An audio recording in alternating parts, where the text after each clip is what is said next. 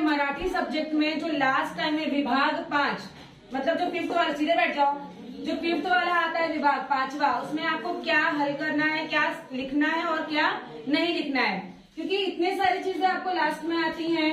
पत्र लेखन आता है, सारांश लेखन आता है, जाहिरात लेखन, बातमी लेखन, कथा लेखन, प्रसंग लेखन, आत्मकथन, वैचारिक लेखन, ये सारी चीजें आती हैं आपको, लेकिन आपको सारा चीजें अटेंड नहीं करना है। इसमें से आपको लिख के आता है पत्र लेखन करा किंवा सारांश लेखन, किंवा मतलब या तो पत्र लेखन करो या तो सारांश लेखन, कोई एक ही करना है। कितने मार्क्स के लिए? 6 मार्क्स के लिए। अब जिन बच्चों को ऐसा लगता होगा दोनों करना है, तो ऐसा नहीं है, सिर्फ एक ही कोई करना है। चाहे तो आप अच्छी तरह से अपना पत्र लेखन रेडी कर लो, चाहे तो अच्छी तरह से सारांश लेखन। अब आप सोचोगे कि सारांश लेखन क्या है, किसी किसी को वो भी नहीं पता है।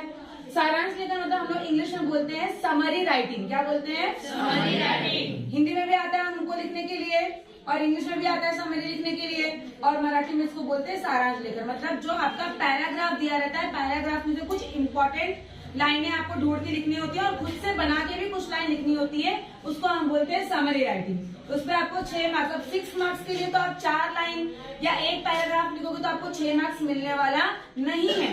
उसके लिए कम से कम आपको 3 पैराग्राफ एटलीस्ट लिखना पड़ेगा, तब जाके आपको 6 मार्क्स मिलेगा, अदरवाइज नहीं मिलेगा। और अगर आप पत्र लिख रहे हो तो पत्र में आपको ग्रामेटिकल मिस्टेक्स का तो सवाल नहीं उठता है, उठेगा। जो 20 का बॉडी ऑफ द लेटर है, 2 मार्क्स का बॉडी ऑफ द लेटर रहता है, विषय के बाद जो बॉडी ऑफ द लेटर रहता है उस पर आपको 2 मार्क्स रहता है। अगर उसमें आपने सही से वाक्य नहीं लिखा तो आपका उसमें ग्रामर में से मार्क्स कट सकता है। सबसे पहले आप दिनांक लिखोगे। पत्र में क्या आता है? सबसे पहले दिनांक आता है। दिनांक के बाद क्या लिखते हैं हम लोग? प्रति लिखते हैं। प्रति के बाद भेजने वाले का नाम, एड्रेस, पिन कोड सब लिखेंगे। उसके बाद क्या लिखेंगे? विषय। फिर क्या लिखेंगे? माननीय महोदय। फिर बॉडी ऑफ द लेटर लिखेंगे, और लास्ट में हम लोग क्या लिखते हैं? तुमचा विश्वासू, आपला विश्वासू, ऐसे करके और अपना नाम, एड्रेस और ईमेल आईडी, फोन नंबर डाल के पत्र को खत्म करते हैं। उतना लिखने पे आपको कितने मार्क्स मिल जाएंगे? 6 मार्क्स। नॉर्मली पत्र में 5 मार्क्स रहते, पर यहाँ पे कितने आपको मिल जाएंगे? 6 मार्क्स। समझ में आया? या तो सारांश लेखन रेडी कर लो या तो पत्र लेखन रेडी कर लो। फिर आते हैं हम लोग इस पे जाहिरात। ये नेक्स्ट दिया रहता है कोणतीही 2 कृती सोडवा। क्या लिखा रहता है? कोणतीही 2 कृती सोडवा। तो बच्चे सोचते हैं कि कोई 2 छोड़ दो और एक ही सॉल्व करो। राइट और रॉन्ग? आप लोग भी यही सोचते थे ना? तो 2 छोड़ना नहीं है, 2 सॉल्व करना है और एक छोड़ना है। 2 सॉल्व करना है और एक छोड़ना है। इसमें जाहिरात लेकर मतलब कि एडवर्टाइजमेंट बहुत इजी है। कभी कभी आपको एडवर्टाइजमेंट बना के देते हैं और उसके ऊपर क्वेश्चन पूछते हैं, तो आप पूरा एडवर्टाइजमेंट आप पढ़ लो। जैसे कि इस बार बोर्ड के एग्जाम में भी एडवर्टाइजमेंट देखो आया है, बट इसमें बना के दिया हुआ है एडवर्टाइजमेंट।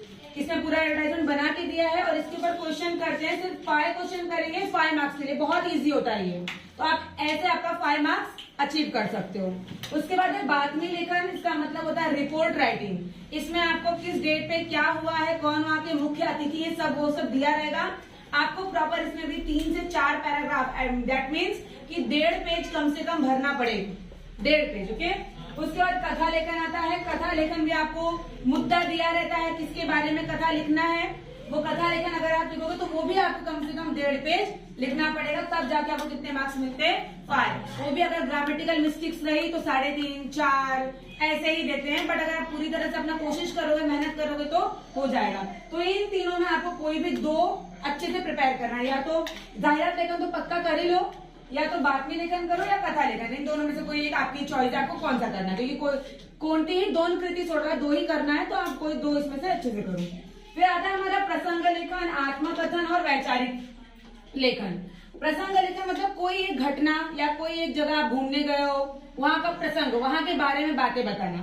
अगर आपको टॉपिक दिया है तो आप उस टॉपिक पे लिखेंगे। अगर टॉपिक नहीं दिया है, खुद से लिखना है, तो आप खुद से भी लिख सकते हैं। जैसे टॉपिक देकर आता है तो आप उसके ऊपर लिख सकते हैं। लेकिन नेक्स्ट हमारा है आत्मकथन। आत्मकथन मतलब अपनी आत्मकथा खुद की नहीं लिखनी होती, वहाँ टॉपिक दिया होता है। जैसे कि छतरी से आत्मकथा, पृथ्वी से आत्मकथन, मोबाइल से आत्मकथन, बुक से वही से आत्मकथन, वृक्ष से आत्मकथन। किसी का भी आत्मकथा लिखने आ सकता है। आत्मकथा मतलब क्या होता है?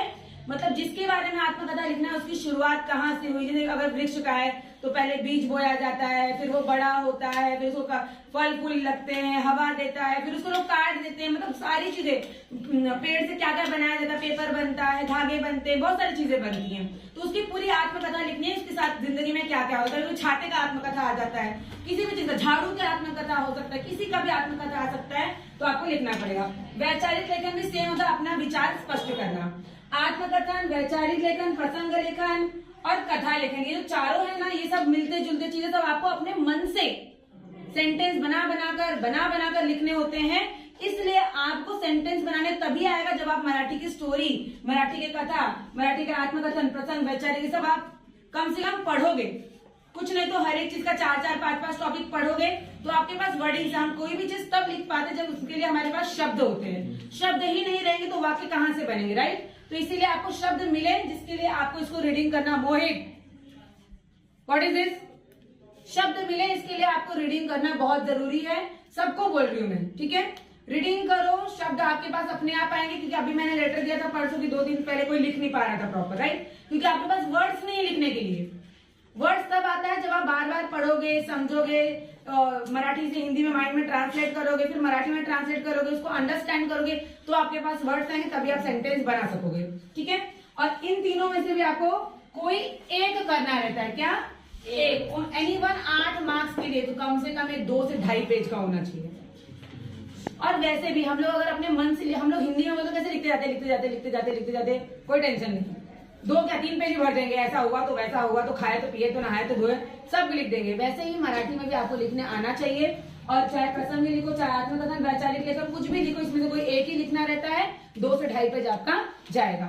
और ये पूरा, ये 6 मार्क्स, ये दोनों 10 मार्क्स, ये 8 मार्क्स, टोटल मिलाकर कितना होता है?